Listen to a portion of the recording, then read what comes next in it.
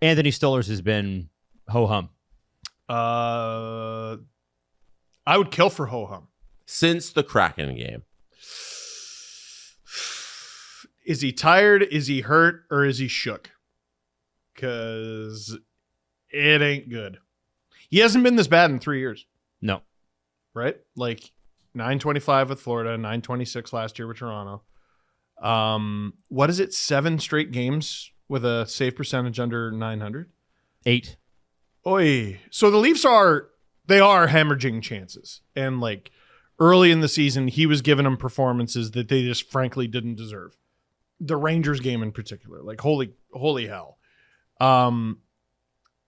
That second one? You guys are a little off on that. It's 4. Oh, Drew Drew fed us the wrong stat then. Oh. Attaboy, Drew. That was Drew. Yeah, but I trust Drew's stats. If I can't trust Drew's stats, come on. Piece of crap. Yeah, look, everything. Stolarz was 897 last night, 833 against Buffalo, 882 against New Jersey, and then 857 against Seattle. And the game before that's the 966 against New York. Maybe it's the Leafs. Like maybe it doesn't matter. It's not matter. that. You would expect there to be a noticeable chasm between him and Primo, and there hasn't been. Now, part of that is Primo's been better than I thought, honestly. He signed this big extension, and the reason he was given it is because he's been so good. Mm-hmm. So that's pretty concerning. Now, a good goalie, an elite goalie, will cover up a lot of flaws, and maybe that's what he's been doing this whole time. But boy, it's a lot more pronounced when the puck actually goes in. And like Willie, when they lost 3 straight games last year before, don't remember, and he goes, "It's 3 games. What's the big deal?" I was like, I'm gonna lose my mind if you don't absolutely turn into the Tasmanian devil after saying that. Because if you lose a 4th straight, I'm gonna light my own hair on fire. And they win 3 straight, and then he goes, "Yeah, what's the big deal?" That was funny. Oh, Rockstar shit, man. Awesome. That is how you back your shit up. Stolarz, valid as his criticisms were, has not backed it up at all. And that's a concern right now. Yeah.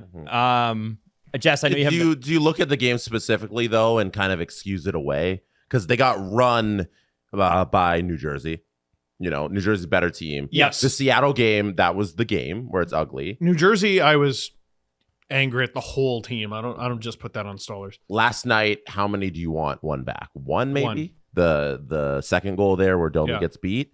And then the Buffalo game, is that on Stolarz? Like, do we remember any ugly ones? Well, the one that they won was Primo. Yeah. Off the top of my head, I can't right now. But so, I don't know. It might just be a little 4-game blip where there's maybe a couple he wants back.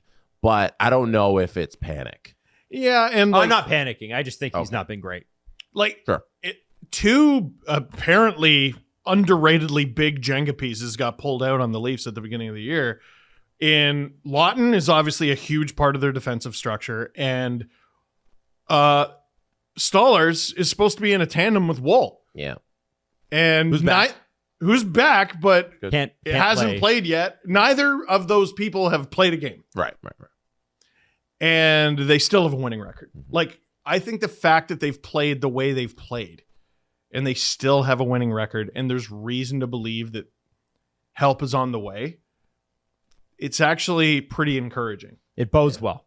Yeah, and if they win tonight, I believe they'll match the exact same record that they ended last October with. Right. 6-4-1. Genuinely very, very funny. Yeah. Which is that's insane. And like the Philly game on Saturday, that's been kind of earmarked as a Lawton return game.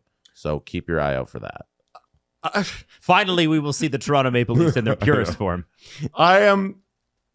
So Saturday, and that game is very likely not going to be moved, is potentially Game 7 of the World Series. Oh, yeah. I am potentially going to stream the most useless game in Toronto Maple Leafs history that starts in probably an hour All right. before Game 7 of the World Series. We can figure something out, maybe. I don't know. No. But I'm not worried about it. Yeah. I'm not worried about it. I'm doing the whole game in a Jays uniform. Yeah. Did you want to show this goal? The Domi, the second Stolarz Yeah. goal? I don't know if you want to Yeah. highlight This is it. the one that drove me nuts, man. Yeah. And this is not a goal he lets in last year. I like TSN's breakdown of this because like Domi is weak on this.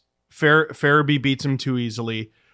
Carlo does nothing. Like I know you're the safety valve there, but like this just going straight through Stolarz. And Farabee hadn't scored in, what was it? Since last year. 29 games or something, or some crazy number. It's horrible. Which problem in particular do you hate about it, Adam? I think it was because Farabee doesn't even really hit Stolarz too, right? It's not like he knocked Stolarz. So Anthony's got, listen, yeah, he beat Domi and Carlos trying to, I guess, cover off a phantom guy he could pass to.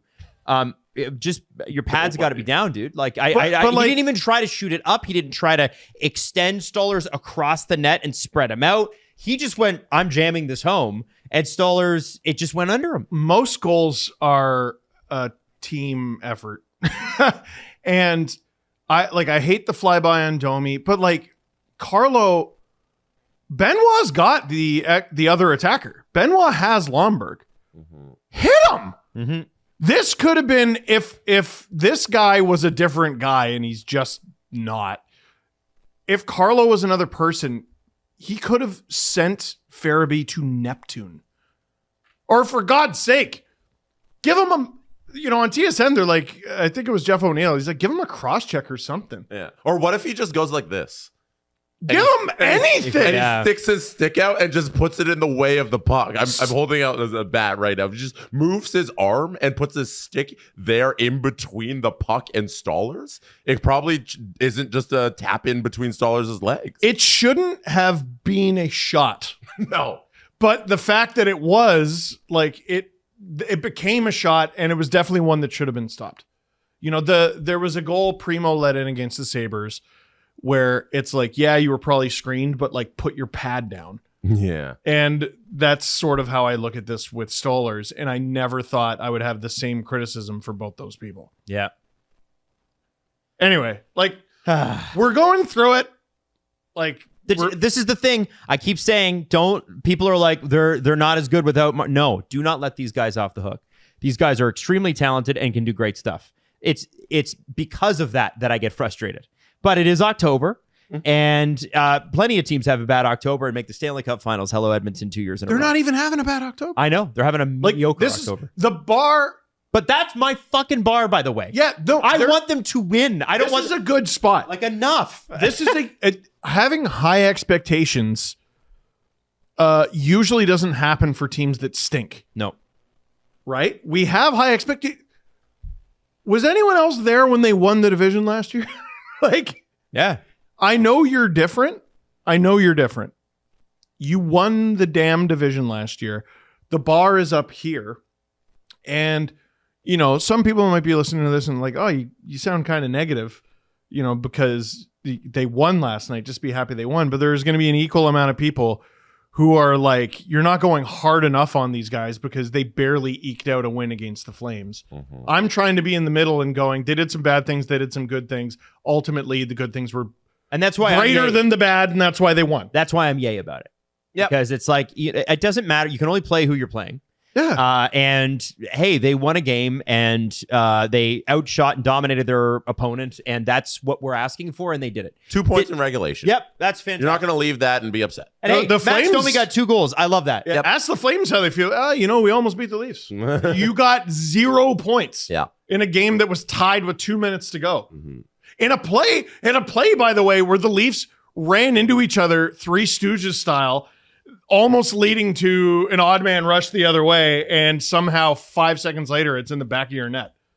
Yep. Like what do they come away with? What do the Flames come away with feeling Gavin about this McKenna. game? Yeah. Yes. What do they come away with? We kept it close. Yeah.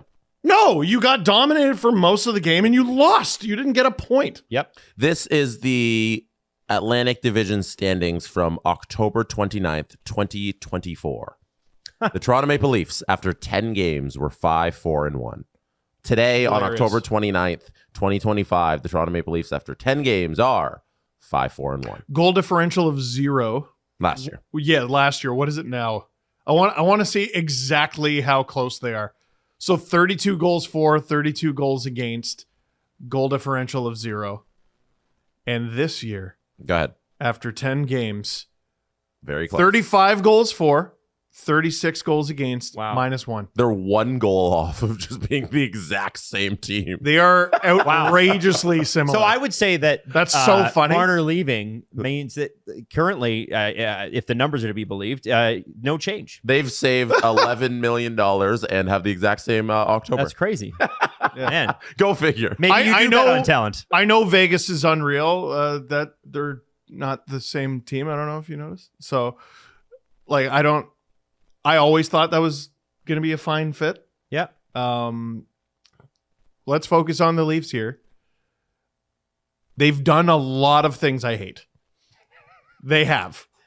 And that's why I've yelled and screamed. But I'm telling you, I like what I've seen over the last 3 games. Okay. And they haven't even won all of them. Great. That's All right. great. They All haven't right. even won all Now, of The them. NHL schedulers need to fix the Leafs' stupid schedule. Why did they have 8 of 10 home games to start the season? There's some sort of reason Again. for that, and I don't know Ridiculous. what it is. It's really stupid. They like to pack the American teams with road games because to avoid football. On football nights. Why don't the Leafs simply say no? So the Canadian teams have more home games in the fall. It's ridiculous scheduling. I get the impression that saying no to NHL head office about anything leads to bad Nothing. things.